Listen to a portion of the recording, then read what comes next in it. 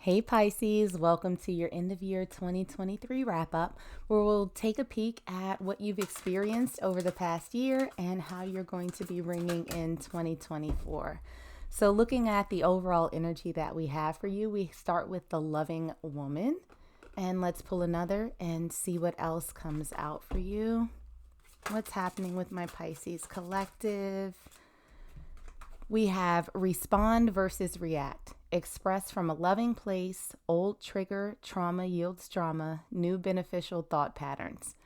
Okay, so what it feels like for my Pisces collective out there is that throughout 2023, you all chose to embrace love over chaos, which is not necessarily a bad thing. It's a good thing. It feels like there was a lot of evolution, that there was a lot of growth when it comes to people bringing chaos or drama or shenanigans your way. It feels like formerly you would have been in a place of like a little bit of rah rah type energy.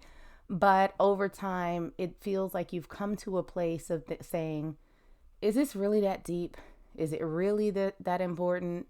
Do I need to show my absolute ass? And it feels like the answer for a lot of you out there is no. And so it feels like you've become a lot more thoughtful. And when it comes to being the loving woman, this sort of embracing of this feminine energy, it doesn't necessarily feel as though you are giving love or showing love to the person or people that are bringing all of this not so great energy your way. It feels more like you're showing yourself love. And because your former self was kind of in a place of, okay, you bring this chaos to me, I'm going to scratch your eyeballs out. It wasn't serving you. It felt like it took more energy out of you than whatever it is that you got back on the other side of it. And so this different thought process that you started developing over time is now putting you in a place where it's like, okay, I'm going to choose to focus on myself. I'm not going to give them any airtime. I'm not going to give them as much attention as they're looking for. I am going to pour this energy back into myself. So it feels like this loving woman energy is not necessarily being given to others. It's being given back to yourself. It feels like a very radical act of self-preservation that you've been embarking on throughout the past year, where you're making sure that your space is protected. So, good things. Now, let's get into some tarot and see what other messages we can pull for you. So, over the past year, we have the Four of Pentacles and the Three of Pentacles in reverse. Interesting that these two came out together, because the Four of Pentacles, when it's upright, is really about holding on to things or holding back. And we also have the Three of Pentacles, which is, sort of looking at your partnerships, your interpersonal relationships, how you interact with other people. And so it feels like there has been a bit of a departure from the people that you may have had around you. It feels like you've let a lot of relationships go that may have no longer served you. It's almost like, for folks who have had friends or acquaintances for quite some time, as they grow and evolve, they start seeing these cracks in that relationship, or they start noticing things about that person that they don't necessarily care for, that doesn't necessarily align with where they are right now in their own lives. And so it feels as though you have been in a place of evaluating, reevaluating, figuring out who stays, who goes. And it seems like there are a few folks that you have released. Now, in terms of the soul lesson that you have been learning over 2023, we have the Three of Wands in reverse, and we also have the Knight of Wands upright. Now, the Three of Wands, when it's upright, is really about someone who's waiting for their ships to come in. They're sitting, they're contemplating, they're looking to see what's out there, not necessarily taking a lot of action towards whatever it is. But in reverse, it's like, okay, now it's time to move. And we have that solidified by the Knight of Wands, the fastest moving knight in the deck. Very fiery energy, very passionate, very excited. And so it feels as though one of the things that you learned over the past year is when to move on. It's like that song by Kenny Rogers, know when to hold 'em, know when to fold 'em. And so it feels like on a couple of things you fold it. You're like, yep, I'm out. I'm good. Thank you. Enjoy your life. I'm certainly going to enjoy mine. So there's been a fair amount of movement for you all in a more positive direction, moving away from things that don't necessarily serve you. Now, how this lesson changed you over the past year, we have Strength in reverse. I think that for a lot of my Pisces out there, you were trying to fight the good fight, right? You stuck in there as long as you could for the sake of history, for, it's like, well, I've known them since preschool or kindergarten or whatever. And it's like, they're my friend, they've been there. And so I think you were trying to hold on. And after a certain point, it was like, you know what? Ain't nobody this strong. Absolutely not. And you unstuck yourself with the Eight of Swords in reverse. When the Eight of Swords is upright, we have someone who is, they're bound, they're tied up, they have a blindfold on, they're surrounded by swords, but they don't necessarily appreciate the fact that they can kind of wiggle out, of their bindings. They can pull their blindfold off and see that they're not surrounded as much as they think that they are. They're not trapped. So it's only a matter of sort of lifting the blindfold and getting yourself out of that energy. And so I think that that's how this sort of changed you. You realize that you're not stuck with the people who are around you just because they've been around you for an extended period of time. There's always the option and the opportunity to let them go, which seems like that's exactly what you did.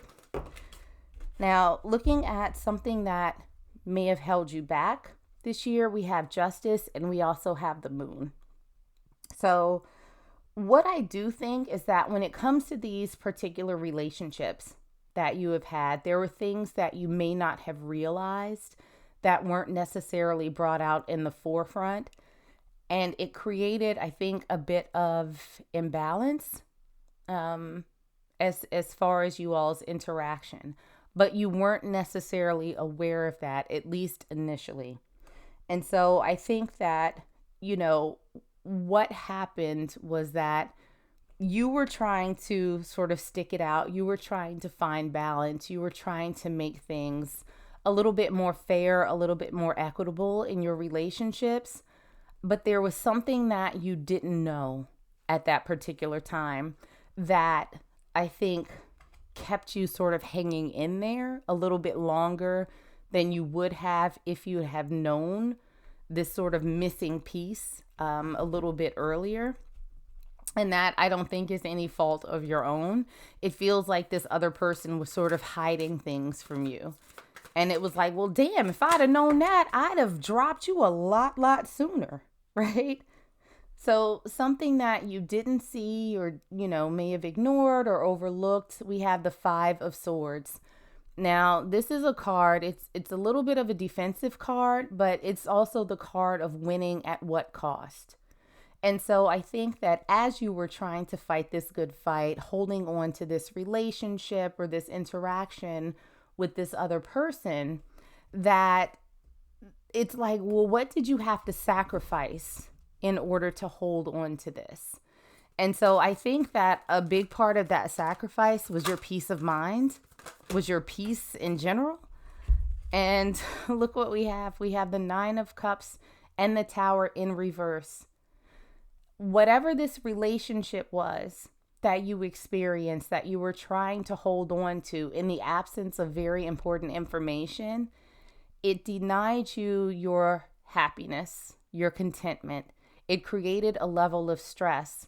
And we also have the Tower, which is sort of creating a scenario where things stay as they are.